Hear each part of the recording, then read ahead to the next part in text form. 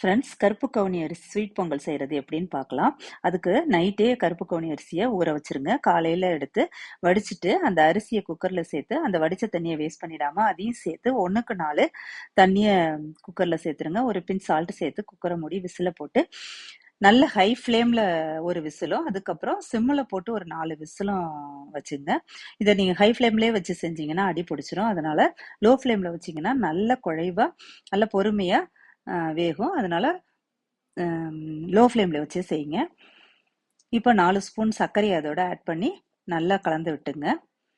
அப்புறம் வானொலி அடுப்பில் வச்சு ஒரு 2 ஸ்பூன் நெய் விட்டு முந்திரி திராட்சை பொடியாக நறுக்குன தேங்காய் பல்லையும் சேர்த்து நல்லா வதக்கி அதோட நம்ம குக்கரில் வேக வச்சதை இதோட சேர்த்தலாம். இப்போ நம்மளுக்கு சூப்பரான கருப்பு கவுனி அரிசி ஸ்வீட் பொங்கல் ரெடி ஆயிடுச்சு. செஞ்சு பாருங்க, செம்ம டேஸ்டா இருக்கு. குழந்தைங்க ரொம்ப விரும்பி சாப்பிடுவாங்க. Thank you friends.